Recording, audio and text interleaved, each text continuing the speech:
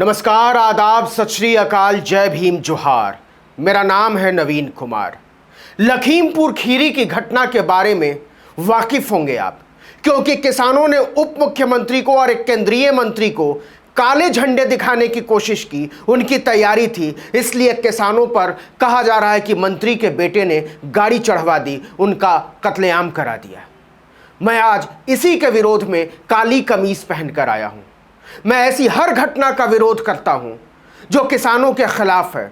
मैं ऐसी हर रवायत का विरोध करता हूं जो अन्नदाताओं के सीने पर गोलियां उतार देता है, उनके ऊपर गाड़ियां चढ़ा देता है, उनको रौंद डालता है।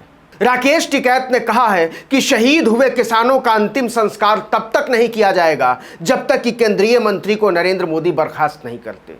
लेकिन मैं इससे एक कदम आगे जाता हूं और मैं कहता हूं कि मोदी जी, अगर आप में जरा भी हिम्मत बची हुई है, अगर आप वाकई साहसी प्रधानमंत्री हैं, अगर आप वाकई एक दूरदर्शी प्रधानमंत्री के तौर पर दर्ज होना चाहते हैं, तो ऐसी सरकार को बर्खास्त कीजिए।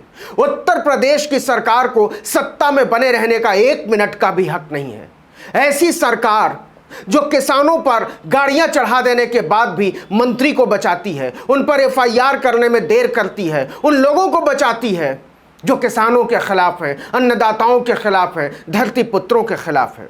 केवल 1 महीने पहले केंद्रीय मंत्री अजय मिश्रा ने चुनौती दी थी कि अगर किसान नहीं माने तो उनका हश्र बहुत बुरा होगा। उन्होंने खुलेआम एक सभा में कहा था कि वो चुनौती देते हैं कि किसान सुधर जाएं, वरना वो उनको सुधार देंगे और उनका वो हाल करेंगे जिसकी उन्होंने कल्पना भी नहीं की होगी। उन्होंने इसके लिए अपने इतिहास का भी हवाला दिया था। किसान उनका इतिहास देख लें।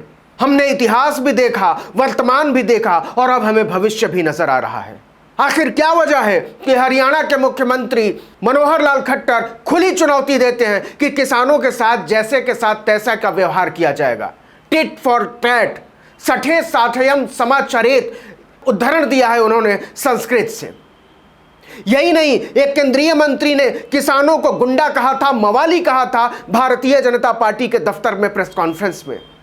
यह एक पूरा चरित्र दिखा रहा है किसानों के खिलाफ भारतीय जनता पार्टी की सरकार का, उनके नेताओं का। सवाल यह नहीं है कि कितने किसानों की मौत हुई है, सवाल यह नहीं है कि कितने किसान घायल हुए हैं, सवाल यह नहीं है कि किसान मांग क्या कर रहे हैं। सवाल यह है कि एक सरकार, उसके मंत्री, उसके लोग, उसको चलाने वाली पार्टी के कार्यकर्ता इतने बर्बर, इतने लठैत, इतने निकम्मे, इतने तानाशाह कैसे हो सकते हैं।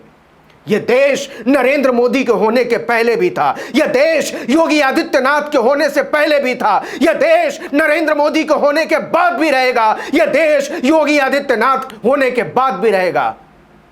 लेकिन इस देश में हमेशा रहेंगे तो किसान, इस देश में हमेशा रहेंगे तो यहां के लोग, इस देश में हमेशा रहेगी जमहूरियत, लोकतंत्र और यह चाहना कि हम इस देश के लोगों को, इस देश की अगली नस्लों को अभी के देश से एक बेहतर देश सौंपेंगे।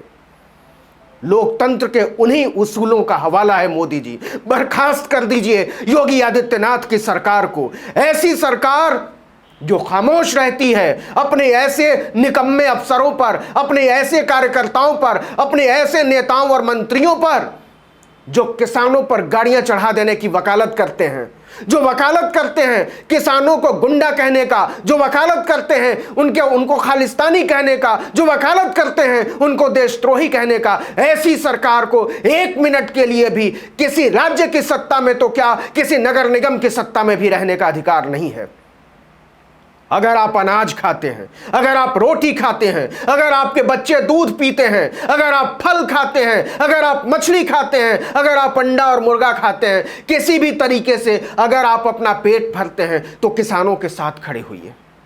अगर आपने जिंदगी में कभी कोई अनाज खाया है, बेशक आप आजीवन उपवास पर रहते हो, तो आप एक ऐसी बर्बर सरकार के खिलाफ खड़े होइए। मैं इस देश के तमाम साधु संतों, सन्यासियों से अपील करता हूं कि तमाम राजनीतिक असहमतियों और सहमतियों के बावजूद आज वक्त है कि आप एक ऐसी सरकार के खिलाफ खड़े होइए जो किसानों को रौंद देने के वाले हत्यारों के पक्ष में खड़ी है। केवल मंत्री को बर्खास्त करने से नहीं चलेगा। ऐसी सरकारें मानवता पर बोझ होती हैं, लोकतंत्र पर ही नहीं। ऐसी सरकारें हमेशा जानी जाएंगी इस वजह से कि उन्होंने किसानों को रौंदा था।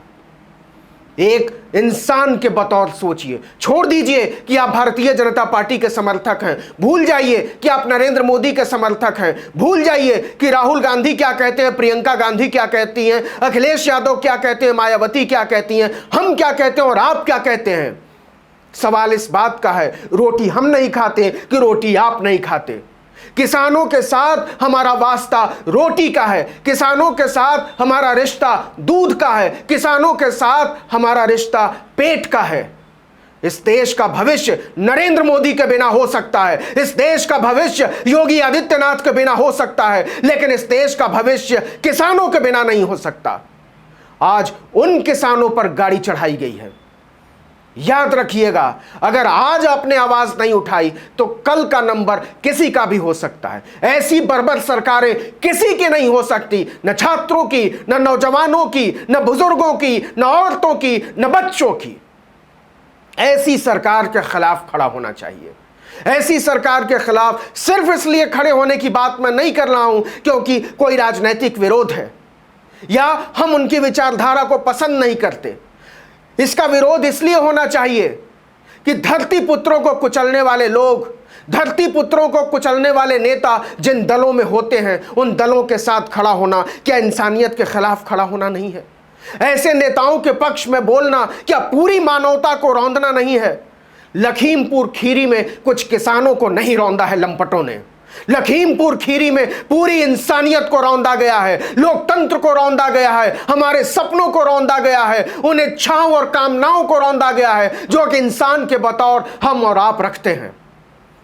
हम ऐसी हर राजनीति के खिलाफ हैं। हमको होना चाहिए जो हमें हमारे धरती पुत्रों के खिलाफ खड़ा करने की वकालत करता है।